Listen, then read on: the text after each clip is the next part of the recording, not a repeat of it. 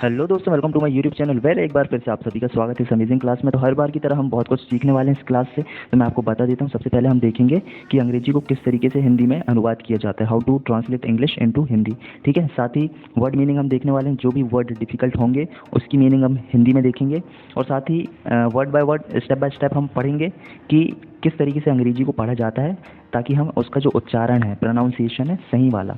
ठीक है, क्योंकि बहुत सारे स्टूडेंट हैं जैसे कि वॉज है, मान लो वाज पढ़ते हैं ना, इस तरीके से हो जाता है। जो भी बिगिनर लेवल में होते हैं या जिनको दिक्कत जाती है इंग्लिश पढ़ने में, ठीक है, तो ये सारी चीज़ें हम देखने वाले हैं। तो प्रोनाउंसिएशन को बहुत ही ध्यानपूर्वक सुनिएगा, अच्छे तरीके से सुनिएगा, ताकि आप ये जो इंग्लिश पढ़ना है उसको सीख सकें और अच्छे से अपनी इंग्लिश को इम्प्रूव कर सकें। ठीक है, तो ये सारी चीज़ें हम देखने वाले हैं। तो वीडियो बहुत ज़्यादा इंपॉर्टेंट होने वाला है, इंटरेस्टिंग होने वाला है, तो वीडियो को लास्ट तक देखिएगा।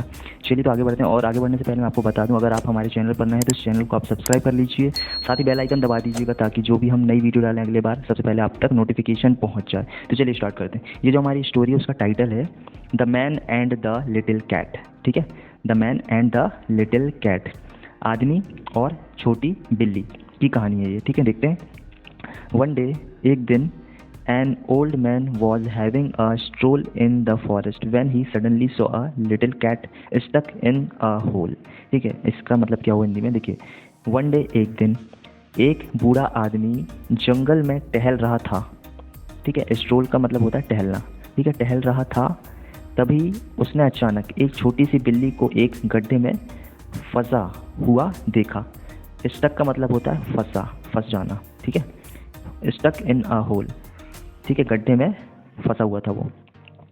The poor animal was struggling to get out, बेचारा जानवर बाहर निकलने के लिए संघर्ष कर रहा था।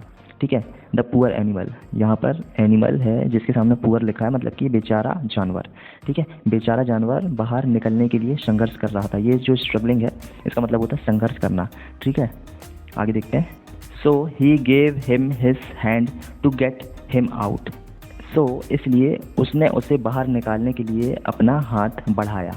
ठीक है, but the cat scratched his hand with fear, लेकिन बिल्ली ने डर के मारे उसका हाथ खरोंच दिया। ठीक है, देखिए, स्क्रैच्ड का मतलब होता है खरोंचना, खरोंच दिया। किसने? बिल्ली ने। Cat scratched his hand, hand हाथ, विथ फियर डर के मारे। ठीक है, फियर का मतलब होता है डर। आदमी ने दर्द से चीखते हुए अपना हाथ खींच लिया। ठीक है, the man pulled his hand screaming with pain, यहाँ पर स्क्रीमिंग का मतलब होता है चिल्लाना। ठीक है, स्क्रीमिंग का मतलब होता है चिल्ला रहा था। कौन? वो आदमी। The man pulled his hand, ठीक है, आदमी ने अपना हाथ खींच लिया। पुल्ड का मतलब होता है खींचना। ठीक है, खींच लिया क्योंकि उसे दर्द हो रहा था उसके हाथ में। ठीक है, चलिए आगे बढ़ते हैं। But he did not stop, but वो नहीं रुका। He tried to give a hand to the cat again and again, वह ट्राई कर रहा था, है ना, मतलब कि बार बार बिल्ली को हाथ देने की कोशिश कर रहा था वो आदमी। ठीक है, he tried to give a hand to the cat again and again, वह कोशिश कर रहा था अपना हाथ देने के लिए बिल्ली को बार बार। ठीक है, another man was watching the scene, screamed with surprise, for God sake stop helping this cat. एक और आदमी यह दृश्य देख रहा था। ठीक है, आश्चर्य से चिल्लाया।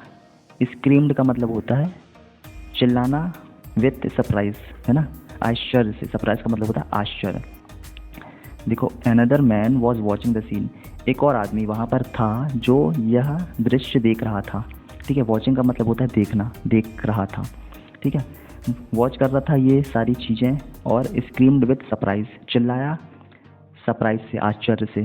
ठीक है, फॉर गॉड सेक, भगवान के लिए, स्टॉप हेल्पिंग दिस कैट, इस बिल्ली की मदद करना बंद करो।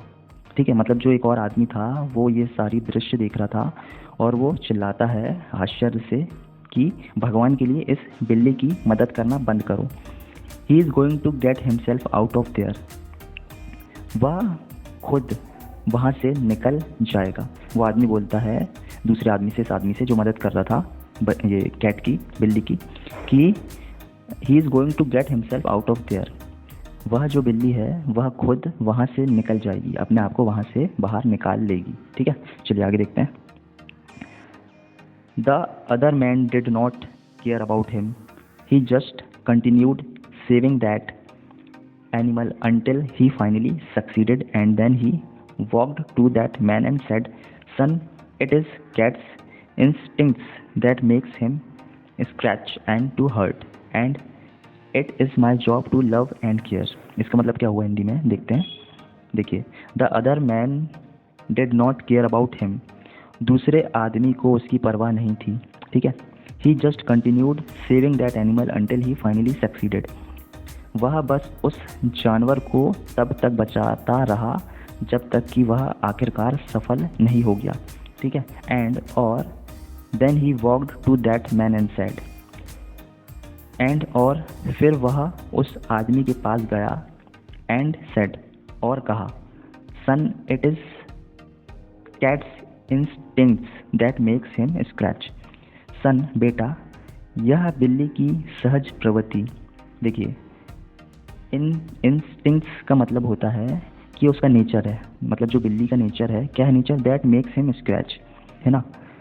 बिल्ली का सहज प्रवृत्ति है जो उसे खरोचने और चोट पहुंचाने के लिए प्रेरित करती है, ठीक है। एंड टू हर्ट, देखिए एंड टू हर्ट मतलब कि हुआ इसका पूरा कि सन बेटा, it is cat's instincts that makes him scratch and to hurt, and it is my job to love and care. बेटा, यह बिल्ली की सहज प्रवृत्ति है, मतलब कि बिल्ली का नेचर है जो उसे खरोंचने और चोट पहुंचाने के लिए प्रेरित करती है, ठीक है। और प्यार करना और देखभाल करना मेरा काम है, ठीक है, वो आदमी बोल रहा है। अब आगे देखते हैं। देखिए, मॉरल, नैतिक क्या है इसका मॉरल, ये जो स्टोरी है इसका मॉरल यहाँ पर बता रहा है, क्या है देख लेते हैं। Treat everyone around you with your ethics not with theirs, अपने आसपास के सभी लोगों के साथ अपनी नैतिकता के अनुसार व्यवहार करें, ठीक है, नॉट विद देयर्स, उनकी नैतिकता के अनुसार नहीं। आगे क्या बोलता है, treat the people the way you want to be treated by them. देखो, लोगों के साथ वैसा ही व्यवहार करें जैसा आप चाहते हैं कि वे आपके साथ करें। तो यहाँ पर ये मॉरल हमने देखा इस स्टोरी का, तो यहाँ पर हमारी जो स्टोरी है यहाँ पर कंप्लीट होती है। तो फ्रेंड्स, हमने क्या क्या सीखा एक बार देख लेते हैं। देखिए, हमने इंग्लिश को हिंदी में ट्रांसलेट किया, साथ ही वर्ड मीनिंग देखा, जो भी डिफ़िकल्ट वर्ड आए थे उसको हमने हिंदी में जाना, ठीक है। साथ ही हमने स्टेप बाय स्टेप 1 बाय 1 हर वर्ड को पढ़ा, है ना, और प्रोनाउंसिएशन देखा, उच्चारण देखा कि किस तरीके से हर एक वर्ड को उच्चारण किया जाता है, किस तरीके से अच्छे से प्रोनाउंस किया जाता है। तो आप सुनकर, है ना, उसे बोल कर बार बार रिपीट करके उस वर्ड को प्रोनाउंस कर सकते हैं अच्छी तरीके से, जिससे आपका जो स्पीकिंग स्किल है ना वो बेटर होगा, है ना, इम्प्रूव होगा, ठीक है। तो यहाँ पर इस वीडियो के माध्यम से हमने काफ़ी सारी चीज़ें सीखी। आई होप आपको ये वीडियो पसंद आया होगा। अगर वीडियो पसंद आया तो इस वीडियो को लाइक कीजिए, साथ ही अपने दोस्तों के साथ शेयर कीजिएगा ताकि आपके फ्रेंड भी इसी तरीके से अंग्रेजी को पढ़ सकें, अच्छे से बोल सकें, ठीक है। तो चलिए मिलते हैं किसी नेक्स्ट वीडियो में, तब तक के लिए कीप लर्निंग कीप हसलिंग।